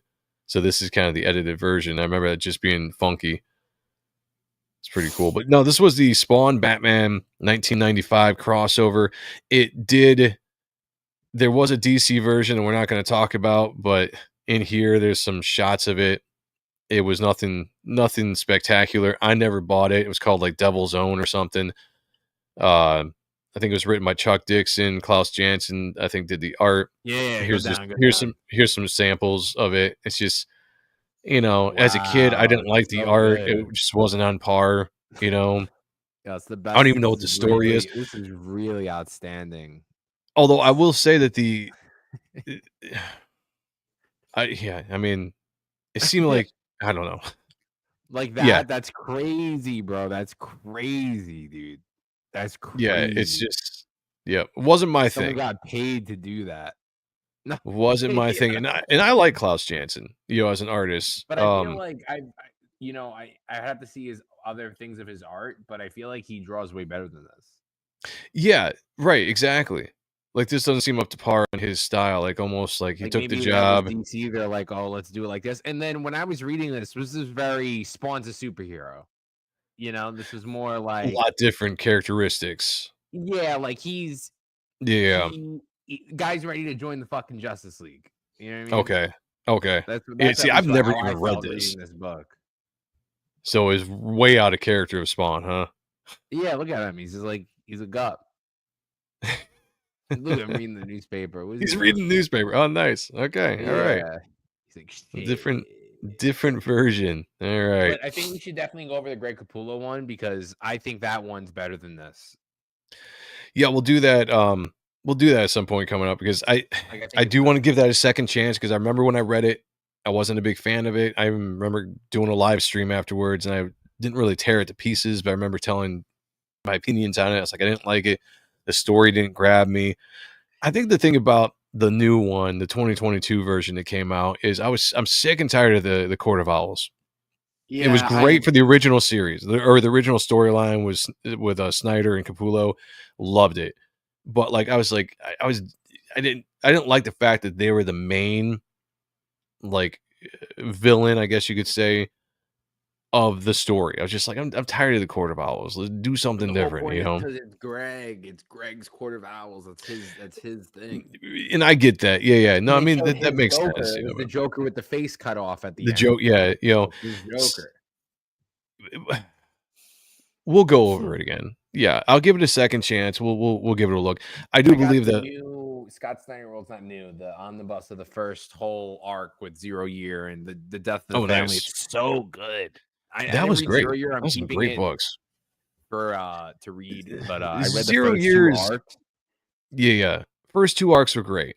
Court of Owls, Death in the Family, Chef's Kiss, right? Yeah, and I saw That he's stuff was doing that was Absolute great. Batman on 7. It's Mr. Freeze. So I wonder I why they're gotta doing Mr. Freeze, because Mr. Freeze in the New 52, because I just reread it.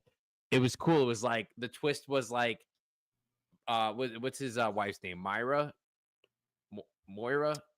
Moria, yeah, it's something like I that. don't know. That's from maybe Arrow. I'm confusing it, but like whatever it is, it's like no, he was just obsessed with her. She was frozen since the 1950s, and they were never married. And he was like a sick psychopath. It was that shit was crazy. I gotta catch up with that series because I've got the books, but I haven't been reading it. Yeah, I've just been too the plot busy. twist was it was never his wife. He was just this psychotic freak, Oh, like that was obsessed with this frozen. I do body. like that they're doing something different with that series. Sheldon Martin says one of the first times I've seen pencils was Greg Capullo drawing the shoelace Spawn face. I couldn't believe a person could draw that with all the gradation and clean lines. Yeah, no, I feel you. Yeah. John Snowden says with prep, Batman becomes a Catholic priest and exercises demonic spawn to use Al's soul. That's a good one. Damn.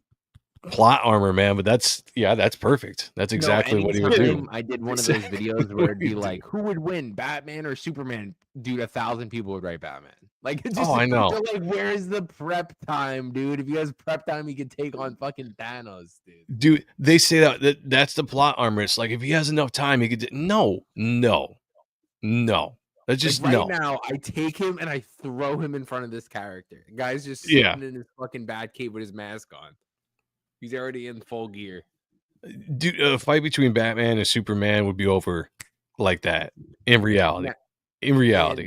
Oh, Spawn would fuck his shit up. When they did the new Spawn, that too. The Batman Spawn, they did covers for DC variants that had Spawn with other characters. Like I have the one that has Superman and him on the cover. I think it was Superman's son. Okay.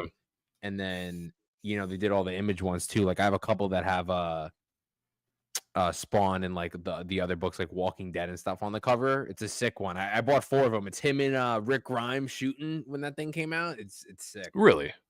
I don't think I've ever seen that. Okay, yeah, that'd be awesome. Yeah. Next Monday, I'm thinking, right, that we should be going over 361. Oh shit, that's right. It's coming out. That comes out this week, right? Yes, it does. I think so. This whole time I've been trying to get shows together just so we can buy time to get to 361 so we can get the new issue out and then cover that. So if that's the case, everybody, if I'm correct on that, and I do apologize if I'm wrong, Wednesday should be the new Spawn issue coming out. Go get it, read it, and then come back here Monday at 9 p.m. for the Spawn review because we're going to go over that. We're going to dive into that as we do once a month in the new series, and we're going to get deep down and dirty into the newest issue. Because if you guys aren't reading the newest Spawn, you're missing out on some beautiful, beautiful comic book work right now. I almost said Demon Puppy. That's his ex handle, but Brett motherfucking Booth is killing it. Todd McFarlane is back on writing on Spawn, although Covell, is that his name? I always pronounce it wrong. Did a fantastic job in writing Spawn for a while as well. But they're just hitting on all cylinders with that main book. So be back here. We're going to jump into that. We're going to tear into it next Monday at 9. Before we get out of here, we do have creators on the show. We are a panel full of creators. We have Paul's Project Naosis. Naosis? I cannot pronounce it, man. I just can't. I can't do Project Naosis. Our last Kickstarter, episode 5, ended December 28th. Books have been shipped and will be finished shipped this Friday. People are already receiving them. Episode 6, we're going to find out the origin and part of it. The origin of Crimson Pain, our main supervillain. So, we're going to ship these books a minimum 3 months out after we get that money. And, we're going into this book. I have 5 pages left for this book to be complete lines and inks. Hell yeah. We're doing the covers now, and, it's going to be fucking awesome. But if you've never read it before, go to projectanalysis.com, and you can order our books that are previous. And our new episode 5s just came in. If you also check out our Fund My Comic, you can order the episode 5s. That's the only place where you can get the episode 5s. But excluding that, was absolutely free. What is absolutely free is to follow this pre-launch. We're at 64 followers. We always launch around 150. So if you join us there, follow us. It's absolutely free, and you get to see when we launch. Hell yeah, it looks amazing. Guys, check it out. Link dropped by It'll be full color. Mod too. Hill It's the just black Lore. and white because we got the inks. Do it, guys. Check it out. Do it now.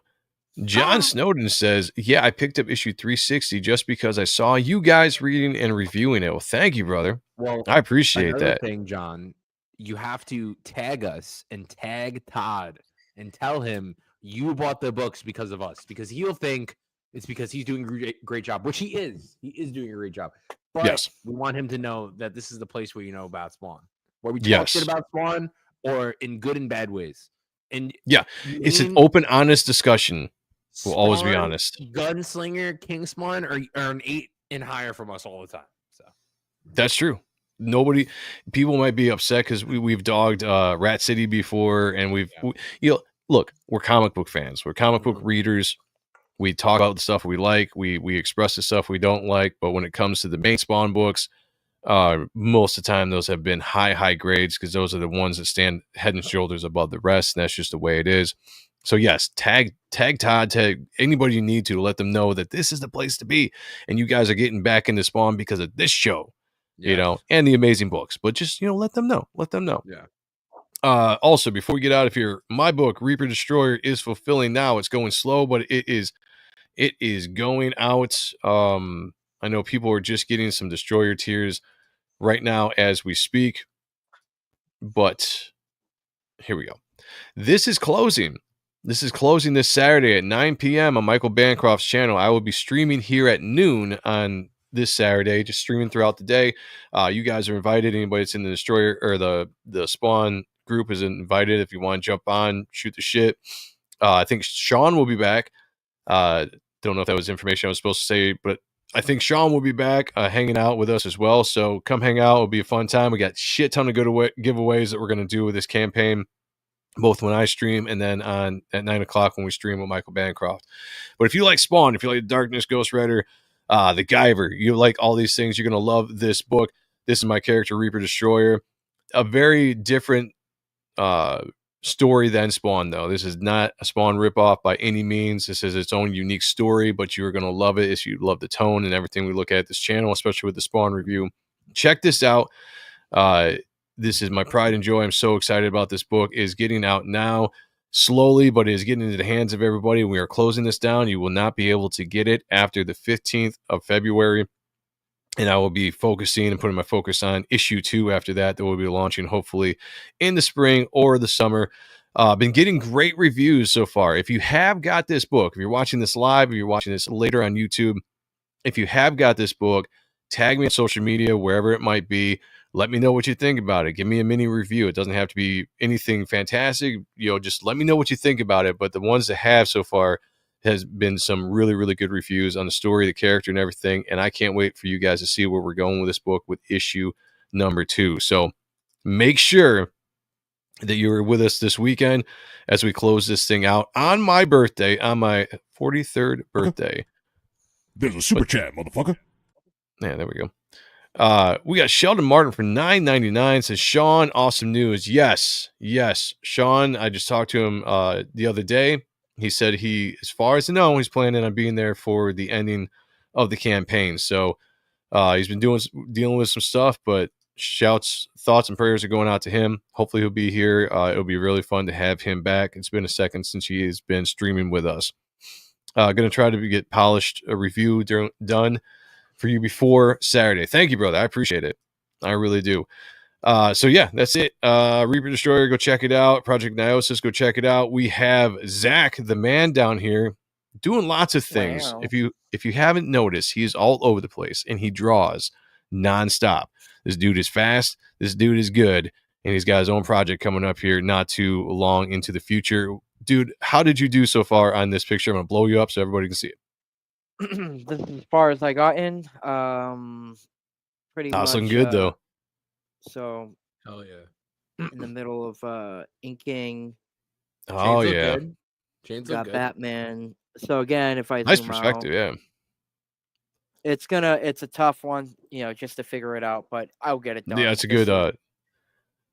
You always. What I like about Zack, if you get, excuse me, And burp right in the mic. Very professional. What I love about Zach, if you guys follow this show or if you've been on any of the other shows that he's been on, he gets better and better. The art. And it's because he draws all the time. Confidence. I love it. Not too many people can get on stream and draw live and then show your progress, show your work, all that kind of stuff. But Zach does it. It's absolutely awesome. He's got some amazing pieces. If you see anything you like on this show, hit him up, DM him on X or anything. I'm sure that they're up for sale. If you want to buy a piece, definitely do that for sure. Rick is saying Jason Bascom piece will randomly be given to a Destroyer tier backer. Also 20 metal prints and will be randomly given to Destroyer tier backers all on Saturday. So Rick is going all out. He's got a bunch of giveaways. When I say we have giveaways, I am not lying. So Rick's where's my mic? Rick is doing his thing with auctioning off original art and metal prints. One of the things I'm going to do for backers that are not Destroyer tier backers, if you were just a regular backer, doesn't matter if you backed one book or not, we're going to raffle off this original piece of art here that I drew.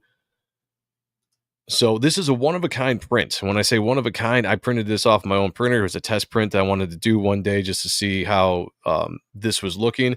And I was like, what the hell am I going to do with this? Well, I decided to draw on it. So whoever wins this will get the print, one-of-a-kind print with the original art. I don't know why this is not focusing. Cool, though.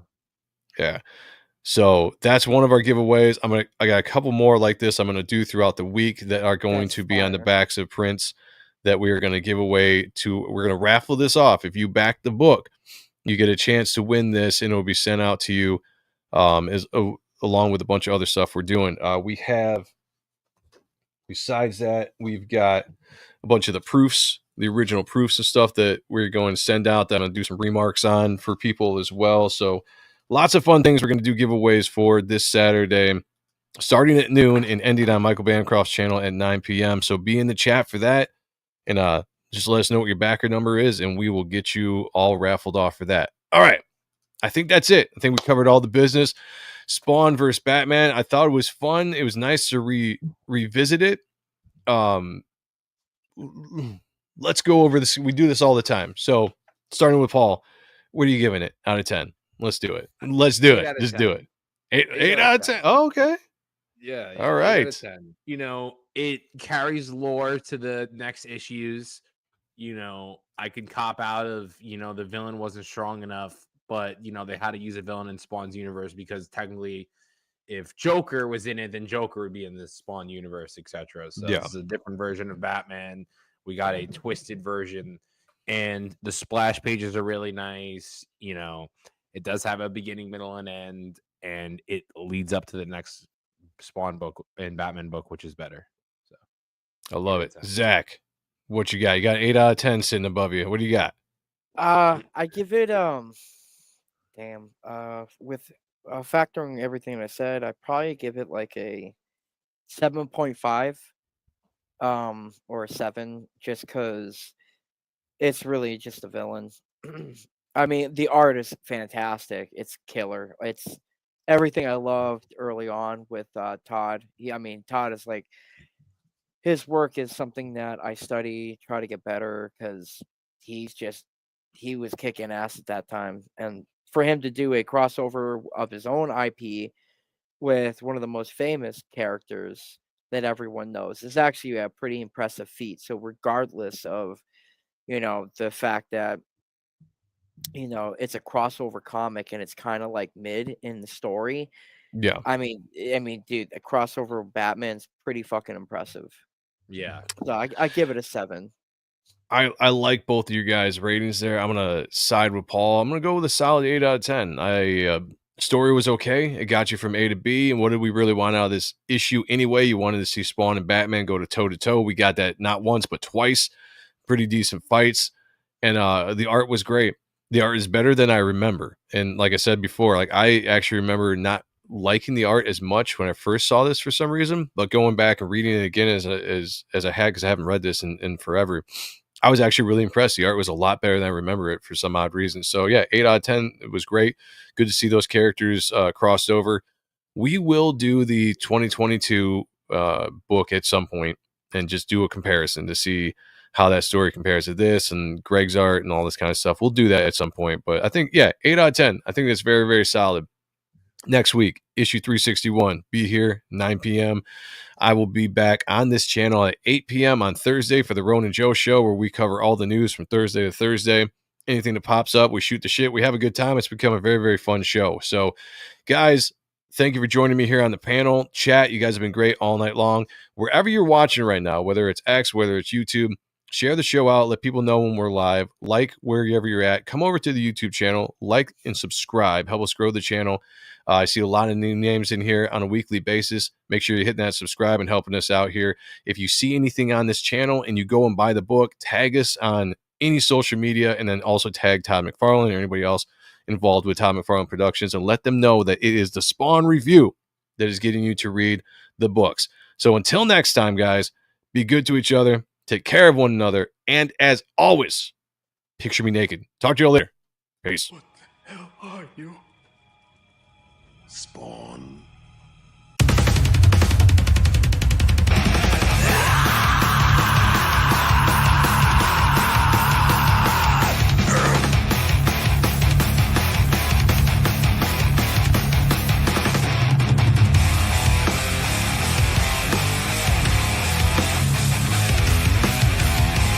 You sent me to hell, Jason. I'm here to return the favor. Until it's right, dropped in the grave.